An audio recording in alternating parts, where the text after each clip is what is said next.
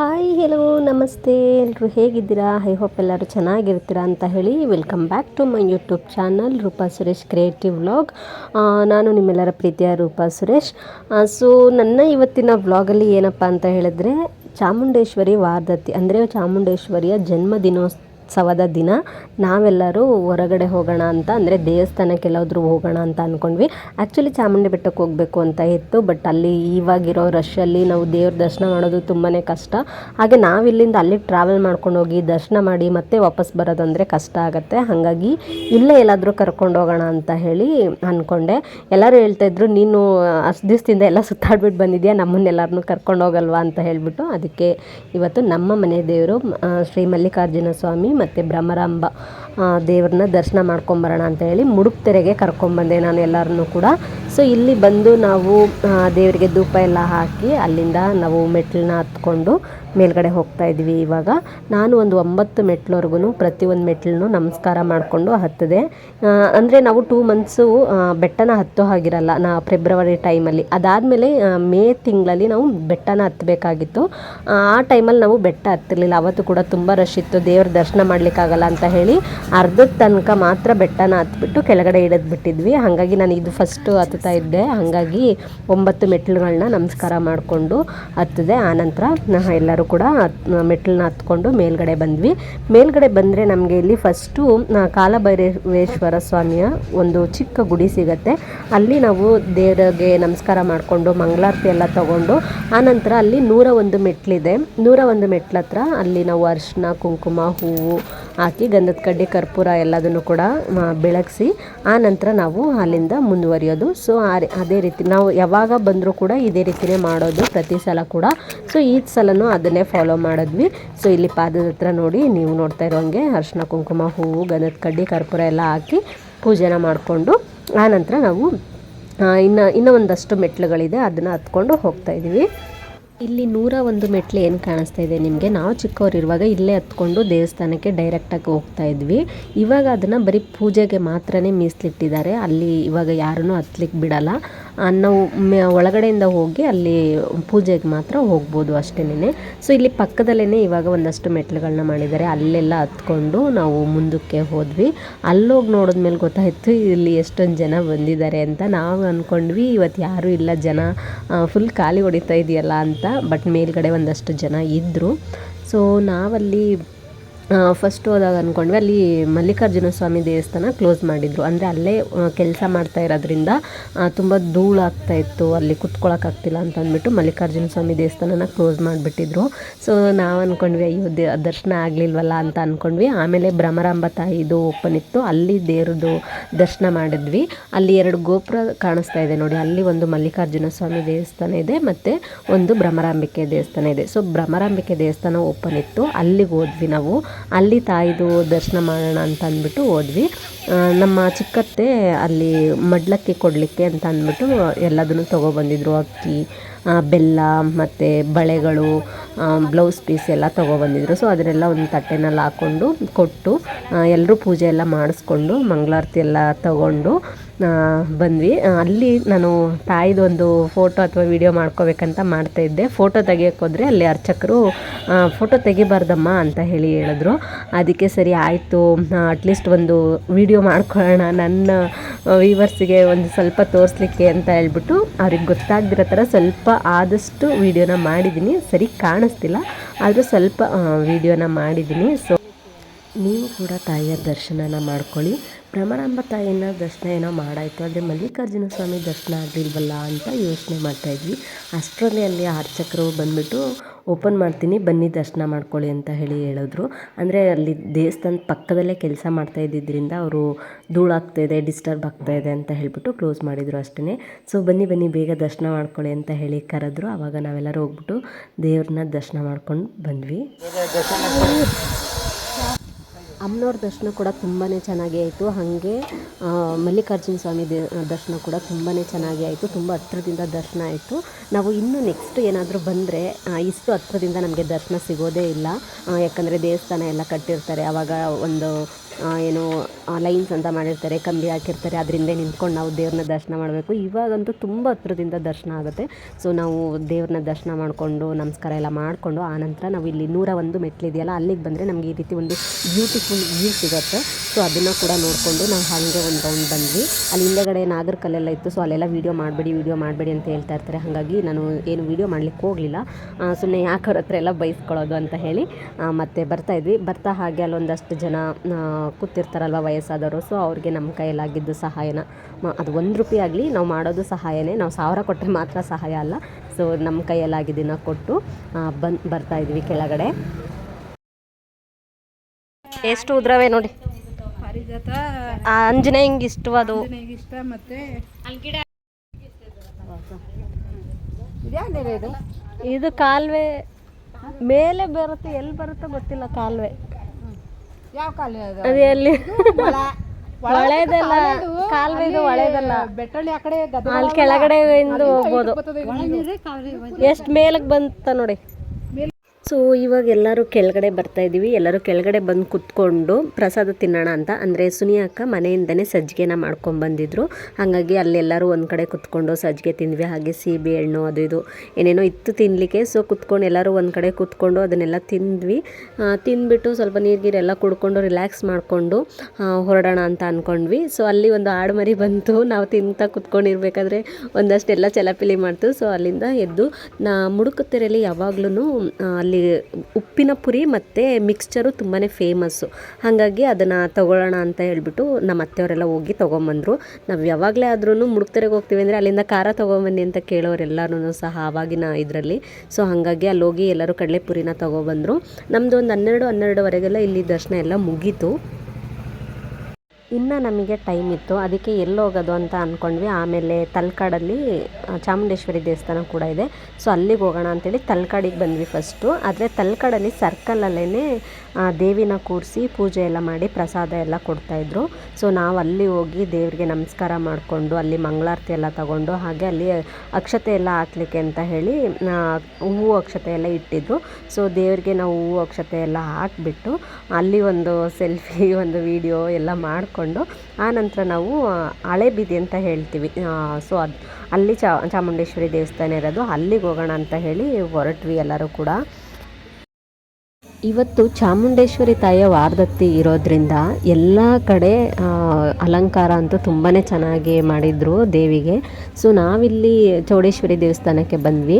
ಇದು ಈ ದೇವಸ್ಥಾನದ ಬಗ್ಗೆ ಹೇಳ್ಬೇಕಂದ್ರೆ ಇದು ತುಂಬ ಅಂದರೆ ತುಂಬ ಹಳೆಯ ಕಾಲದ ದೇವಸ್ಥಾನ. ಅಲ್ಲಿ ಹೇಳ್ತಾ ಇದ್ರು ಮುಂಚೆ ಎಲ್ಲ ಈ ದೇವಸ್ಥಾನದಲ್ಲಿ ಪೂಜೆನೇ ಜಾಸ್ತಿ ಮಾಡ್ತಾ ಇರಲಿಲ್ಲ. ಈ ನಡುವೆ ಎಲ್ಲ ಇಂಪ್ರೂವ್ ಆಗಿದೆ ಚೆನ್ನಾಗೆ. ಅಂದರೆ ಟೂರಿಸ್ಟ್ ಜಾಸ್ತಿ ಆದಂಗೆ ಈ ದೇವಸ್ಥಾನ ಕೂಡ ಅಭಿವೃದ್ಧಿ ಆಗಿದೆ ಅಂತ ಎಲ್ಲ ಹೇಳ್ತಾಯಿದ್ರು.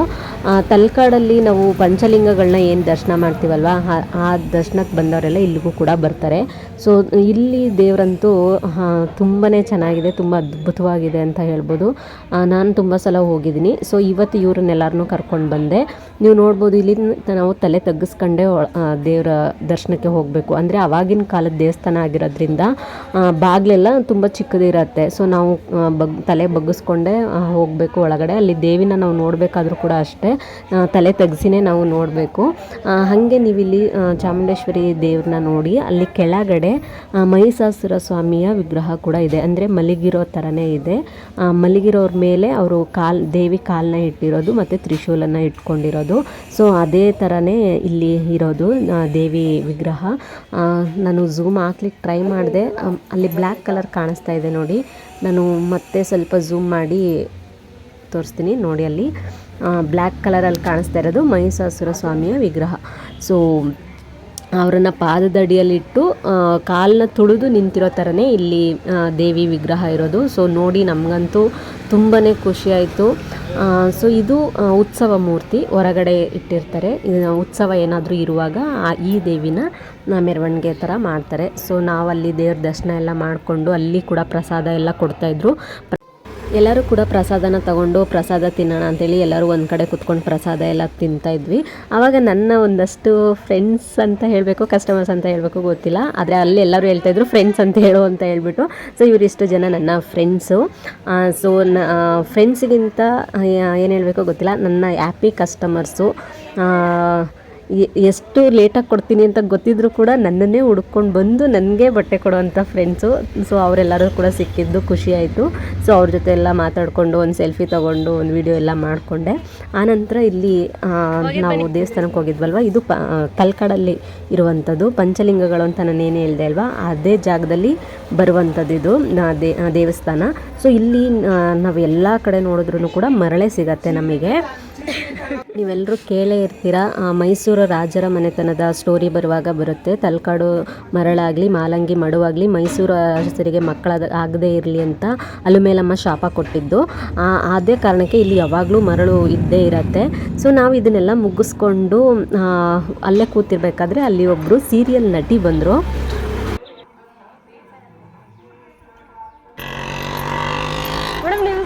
ಅವರೇ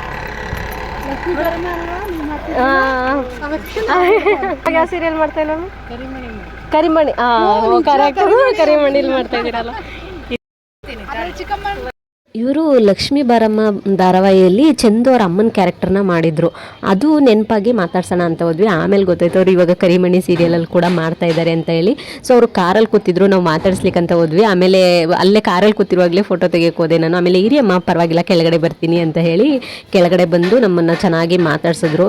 ಹೇಗೆ ಬರ್ತಿದೆ ಸೀರಿಯಲ್ಲು, ನಂದೆಲ್ಲ ಆ್ಯಕ್ಟಿಂಗ್ ನೋಡ್ತಾ ಇರ್ತೀರಾ ಅದು ಇದು ಅಂತೆಲ್ಲ ಮಾತಾಡ್ಸಿದ್ರು. ಆಮೇಲೆ ನಾವು ನಮ್ಮನ್ನಲ್ಲೂ ಸ್ವಲ್ಪ ಆ್ಯಕ್ಟಿಂಗು ಇದಿರೋದ್ರಿಂದ, ಅಂದರೆ ನಾಟಕಗಳು ಅದು ಇದು ಮಾಡೋದ್ರಿಂದ ನಾನು ಅದ್ರ ಬಗ್ಗೆ ಎಲ್ಲ ಹೇಳಿದೆ. ನಮ್ಮ ಮಾವ ಅವರೆಲ್ಲ ನಾಟಕ ಎಲ್ಲ ಕಲಿಸ್ತಾ ಇದ್ರು, ನನ್ನ ಹಸ್ಬೆಂಡ್ ಎಲ್ಲ ನಾಟಕದಲ್ಲಿ ಮಾಡಿದ್ದಾರೆ ಅಂತ ಎಲ್ಲ ಹೇಳ್ಬಿಟ್ಟು ಅವಾಗ ಹೌದಾ ಅಂತ ಹೇಳಿ ಖುಷಿಪಟ್ಟರು. ಹಾಗೆ ನಮ್ಮ ಮಾವ ಅವರು ನಾಟಕ ಕಲಿಸ್ತಾರೆ ಅಂತ ಹೇಳಿದ್ದಕ್ಕೆ ಅವ್ರನ್ನ ಕೇಳಿದೆ ಅಂತ ಹೇಳಿ ಅವರೇ ನಮಗೆ ಎಲ್ಲ ಒಂದು ರೀತಿ ಗುರುಗಳು. ನಾವು ಪರದೆ ಮೇಲೆ ಅಂದರೆ ಟಿ ವಿ ಪರದೆ ಮೇಲೆ ನಾವು ಮಾಡೋದಾದರೆ ಅವರು ನೇರವಾಗಿ ಜನಗಳಿಗೆ ನಾಟಕ ಎಲ್ಲ ಕಲಿಸ್ತಾರೆ ಅಲ್ವಾ. ಸೊ ಅವ್ರು ನಮಗೆ ಗುರುಗಳಿದ್ದಂಗೆ, ಅವ್ರನ್ನೆಲ್ಲ ಕೇಳಿದೆ ಅಂತೇಳಿ ಅಂತೆಲ್ಲ ಹೇಳ್ತಾಯಿದ್ರು. ಅವ್ರದ್ದೇ ವಾಯ್ಸಲ್ಲಿ ಮಾತಾಡಿರೋದನ್ನು ನಾನು ಆಲ್ರೆಡಿ ಒಂದು ವ್ಲಾಗ್ ಥರ ಹಾಕಿದ್ದೀನಿ ಅದು. ಸೊ ಅದಕ್ಕೋಸ್ಕರ ಇಲ್ಲಿ ಅವ್ರು ಮಾತಾಡಿರೋದನ್ನೆಲ್ಲ ಮ್ಯೂಟ್ ಮಾಡಿ ನನ್ನ ಅನಿಸಿಕೆ ಏನಿತ್ತು ಅದನ್ನು ಇಲ್ಲಿ ಹೇಳ್ತಾ ಇದ್ದೀನಿ. ಸೊ ಅವ್ರನ್ನ ನೋಡಿ ಮಾತಾಡಿಸಿ ಎಲ್ಲ ಖುಷಿ ಆಯಿತು. ಆನಂತರ ನಾವು ಮಾವಿನಕಾಯಿ ತಗೊಂಡು ಹಾಗೆ ತಿಂದ್ಕೊಂಡು ಅಲ್ಲಿಂದ ಹೊರಟ್ವಿ. ಸರಿ, ಎಲ್ಲ ನೋಡಿದ್ದಾಯಿತು, ಎಲ್ಲರನ್ನೂ ಮಾತಾಡಿಸಿದ್ದಾಯಿತು, ಇನ್ನೇನು ಹೊರಡೋಣ ಅಂತ ಹೇಳಿ ಅಂದ್ಕೊಂಡ್ವಿ. ಬಟ್ ನನಗೆ ಇವ್ರ ಬಗ್ಗೆ ಅನಿಸಿದ್ದು ಒಂದು ಸ್ವಲ್ಪ ಕೂಡ ಆ್ಯಟಿಟ್ಯೂಡ್ ತೋರಿಸ್ಲಿಲ್ಲ ನಮ್ಮ ಜೊತೆ.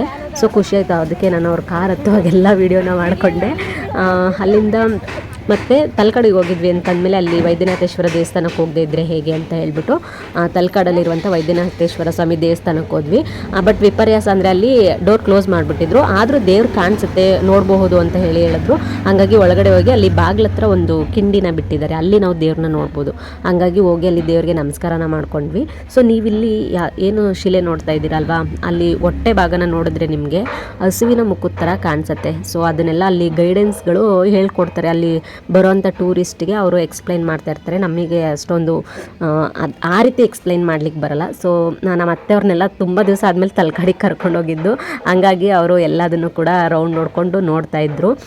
ಸೊ ನಾವೇನು ಅವಾಗವಾಗ ಹೋಗಿದ್ವಿ ಸುಮಾರು ಸರಿ, ಹಾಗಾಗಿ ನಾನು ಒಂದಷ್ಟು ನೋಡಿಕೊಂಡು ಅಲ್ಲಿ ತುಂಬಾ ಜನ ಕೂಡ ಇದ್ದರು ಇವತ್ತು. ನಾನು ಅಂದ್ಕೊಂಡಂಗೆ ಒಂದಷ್ಟು ಜನ ಟೂರಿಸ್ಟ್ ಇದ್ದರು, ಅಲ್ಲಿ ಗೈಡೆನ್ಸ್ ಮಾಡೋರು ಕೂಡ ಇದ್ದರು. ಅವ್ರಿಗೆ ಎಕ್ಸ್ಪ್ಲೈನ್ ಮಾಡ್ತಾಯಿದ್ರು. ಹಾಗೆ ನಾನು ವೀಡಿಯೋ ಮಾಡ್ಕೊತ ಬರ್ತಾಯಿದ್ದೆ. ಅಲ್ಲಿ ಒಬ್ಬರು ಅಂಕಲು ಎಷ್ಟು ಚೆನ್ನಾಗಿ ಎಕ್ಸ್ಪ್ಲೈನ್ ಮಾಡ್ತಾಯಿದ್ರು ಅಂದರೆ ತುಂಬಾ ಚೆನ್ನಾಗಿ ಎಕ್ಸ್ಪ್ಲೈನ್ ಮಾಡ್ತಾಯಿದ್ರು. ಸೊ ಅವ್ರದ್ದನ್ನು ನಾನು ಒಂದು ವಿಡಿಯೋ ಮಾಡ್ಕೊಂಡಿದ್ದೀನಿ, ಅವ್ರದ್ದೇ ವಾಯ್ಸಲ್ಲಿ ಹಾಕ್ತೀನಿ ಕೇಳಿ. ಆಮೇಲೆ ಇನ್ನೊಂದು ಏನಂತಂದರೆ ನನಗೂ ಗೊತ್ತಿರಲಿಲ್ಲ ಅದು ವಿಷಯ, ನಾನು ನೋಡೂ ಇರಲಿಲ್ಲ, ಅವತ್ತೇ ಗೊತ್ತಾಗಿದ್ದು ನನಗೆ.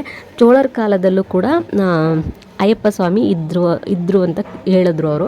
ಹಾಗೇ ಅಲ್ಲಿ ಅದರದ್ದು ಕೆತ್ತನೆ ಕೂಡ ಇದೆ, ಆ ದೇವಸ್ಥಾನದ ಕಲ್ಲು ಕೆತ್ತನೆಗಳೇನಿದೆಯಲ್ಲ ಅದರಲ್ಲಿ ಇದೆ ಅದು ಅಯ್ಯಪ್ಪ ಸ್ವಾಮಿದು. ನೋಡಿ ಅವ್ರ ಅಂಕಲ್ ತೋರಿಸ್ತಾ ಇದ್ದಾರೆ ಟೂರಿಸ್ಟಿಗೆ, ಅವರು ತೋರಿಸ್ಬಿಟ್ಟು ಹೇಳ್ತಾ ಇದ್ದಾರೆ ಇಲ್ಲಿ ನೋಡಿ 18 ಮೆಟ್ಲು ಕೂಡ ಇದೆ, ಅಯ್ಯಪ್ಪ ಸ್ವಾಮಿ ಕೂಡ ಇದ್ದಾರೆ ಅಲ್ಲಿ ನೋಡಿ ಅಂತ ಹೇಳ್ಬಿಟ್ಟು. ಸೊ ನಾನು ಅವಾಗ ಒಂದು ವಿಡಿಯೋ ಮಾಡ್ಕೊಂಡಿದ್ದದು.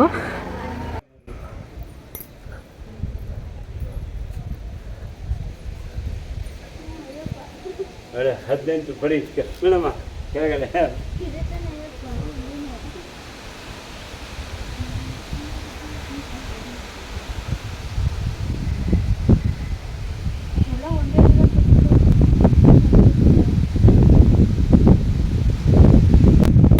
ಹೌದಾ, ಒಂದು ಗೇಟ್ರಿಗೆ ಅನ್ನ ನೋಡ್ಬೇಡಿ.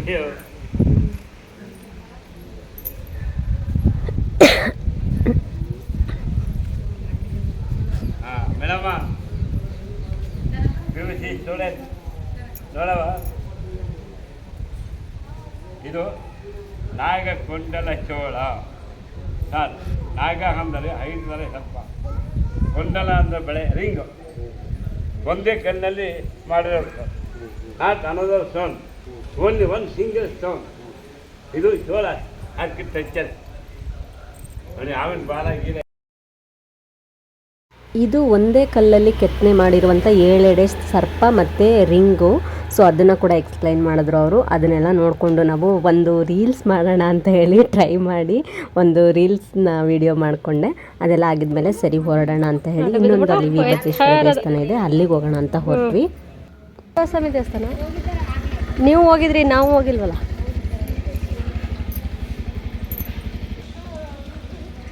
ಇಲ್ಲಿ ವೀರಭದ್ರೇಶ್ವರ ಸ್ವಾಮಿ ದೇವಸ್ಥಾನ ಇದೆ. ಇಲ್ಲಿಂದನೇ ನಾವು ಮರಳುಗುಡ್ಡಗೂ ಕೂಡ ಹೋಗ್ಬೋದು. ಇಲ್ಲಿ ಮೇಲೆ ಹತ್ಕೊಂಡು ಇಲ್ಲಿ ನೋಡಿ ನಮ್ಮ ಆಂಟಿ ಮಾತಾಡ್ಕೊಂಡು ಕೂತಾರೆ.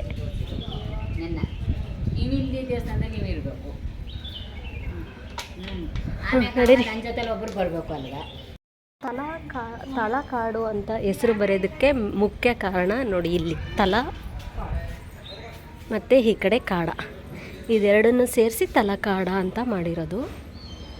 ಇದು ವೀರಭದ್ರೇಶ್ವರ ಸ್ವಾಮಿ ದೇವಸ್ಥಾನ. ಈ ದೇವಸ್ಥಾನದ ಮುಂಭಾಗ ಇರೋದು ತಲ ಮತ್ತು ಕಾಡ. ತಲಕಾಡು ಅಂತ ಹೆಸರು ಬರೋದಕ್ಕೆ ಏನು ಕಾರಣ ಅನ್ನೋದಕ್ಕೆ ಒಂದು ದೊಡ್ಡ ಸ್ಟೋರಿನೇ ಇದೆ. ನಾನು ಚಿಕ್ಕದಾಗಿ ಹೇಳಿದೆ ಅಷ್ಟೇ. ಆ ಸ್ಟೋರಿನಲ್ಲಿ ಇದು ಕೂಡ ಒಂದು ಪಾರ್ಟು. ತಲ ಮತ್ತು ಕಾಡ ಅನ್ನೋ ದ್ವಾರಪಾಲಕರು ಇದ್ದರು ಅಂತ ಅನ್ನೋದಕ್ಕೆ ತಲಕಾಡು ಅಂತ ಹೆಸರು ಬಂದಿದೆ ಅನ್ನೋದು ಒಂದು ಪಾರ್ಟು. ಸೊ ನಾವು ವೀರಭದ್ರ ಸ್ವಾಮಿ ದೇವಸ್ಥಾನಕ್ಕೆ ಹೋಗಿ ದೇವ್ರ ದರ್ಶನ ಮಾಡ್ಕೊಂಡು, ಅಲ್ಲಿ ಒಳಗಡೆ ಎಲ್ಲ ವೀಡಿಯೋ ಮಾಡಬೇಡಿ ಅಂತ ಹೇಳ್ತಾರೆ ಅನ್ನೋ ಕಾರಣಕ್ಕೆ ನಾನು ಜಸ್ಟ್ ಡೋರ್ ತನಕ ವೀಡಿಯೋ ಮಾಡಿದೆ ಅಷ್ಟೇ. ಸೊ ಇದನ್ನೆಲ್ಲ ನೋಡಿಕೊಂಡು ಮುಗಿಸ್ಕೊಂಡು ನಾವು ಅಲ್ಲಿಂದ ಹೊರಟು ಬಂದ್ವಿ. ಶಾಪಿಗೆ ಬಂದೆ ನಾನು. ಆ್ಯಕ್ಚುಲಿ ಶಾಪಲ್ಲಿ ಇನ್ನೂ ಟೈಮ್ ಇತ್ತಲ್ಲ, ಸೊ ಶಾಪಿಗೆ ಬಂದು ಶಾಪಲ್ಲಿ ವರ್ಕ್ ಮಾಡ್ತಾಯಿದ್ದೆ. ಆ ಟೈಮಲ್ಲಿ ತಲಕಾಡಲ್ಲಿ ಸರ್ಕಲಲ್ಲಿ ದೇವ್ರನ್ನ ಕೂರಿಸಿದ್ರಲ್ಲ, ಅಲ್ಲಿ ಒಂದು ಗ್ರ್ಯಾಂಡಾಗಿ ಸೆಲೆಬ್ರೇಷನ್ನ ಇಟ್ಕೊಂಡಿದ್ರು. ಅಂದರೆ ದೇವಿಯ ಅಲಂಕಾರನ ಮಾಡಿಕೊಂಡು, ಹಾಗೆ ವೀರಭದ್ರ ಸ್ವಾಮಿ ಒಂದು ಅಲಂಕಾರನ ಮಾಡಿಕೊಂಡು ದೇವ್ರ ಮೆರವಣಿಗೆ ಎಲ್ಲ ಮಾಡಿ ರೋಡ್ ಉದ್ದಕ್ಕೂ ಕುಣಿತ ಎಲ್ಲ ಇತ್ತು. ಸೊ ಅದ್ರದ್ದು ಒಂದು ಸಣ್ಣ ವೀಡಿಯೋನ ಮಾಡಿಕೊಂಡೆ. ಆ್ಯಕ್ಚುಲಿ ಅಲ್ಲಿ ಫಸ್ಟೇ ಮಹಿಷಾಸುರ ಮರ್ದಿನಿಯ ಒಂದು ಆ್ಯಕ್ಟನ್ನ ಮಾಡಿದ್ರಂತೆ, ಬಟ್ ನಾನು ಆ ಟೈಮಲ್ಲಿ ಅಲ್ಲಿಗೆ ಹೋಗಲೇ ಇಲ್ಲ. ಸೊ ಆಮೇಲೆ ಗೊತ್ತಾಯಿತು ಮೆರವಣಿಗೆ ಎಲ್ಲ ಮಾಡ್ತಾಯಿದ್ದಾರೆ ಅಂತೇಳಿ. ಜಸ್ಟ್ ಅವಾಗ ಹೋಗಿ ಒಂದು ವೀಡಿಯೋನ ಮಾಡ್ಕೊಂಬಂದೆ. ಸೊ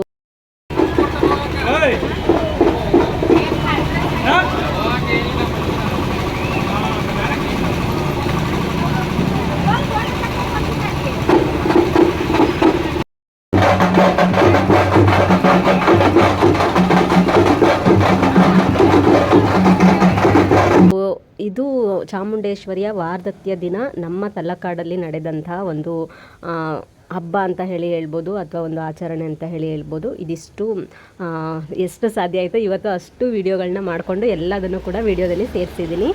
ಸೊ ಇದಿಷ್ಟು ನಾವು ಕಳೆದಂತಹ ಒಂದು ದಿನ ಆಗಿತ್ತು. ಚಾಮುಂಡೇಶ್ವರಿಯ ವಾರ್ಧಕ್ಯ ದಿನ ನಾವು ಎಲ್ಲೆಲ್ಲಿಗೆ ಹೋಗಿದ್ವಿ, ಹೇಗೆಲ್ಲ ಎಂಜಾಯ್ ಮಾಡಿದ್ವಿ ಅನ್ನೋ ಒಂದು ವಿಡಿಯೋ ಆಗಿತ್ತು.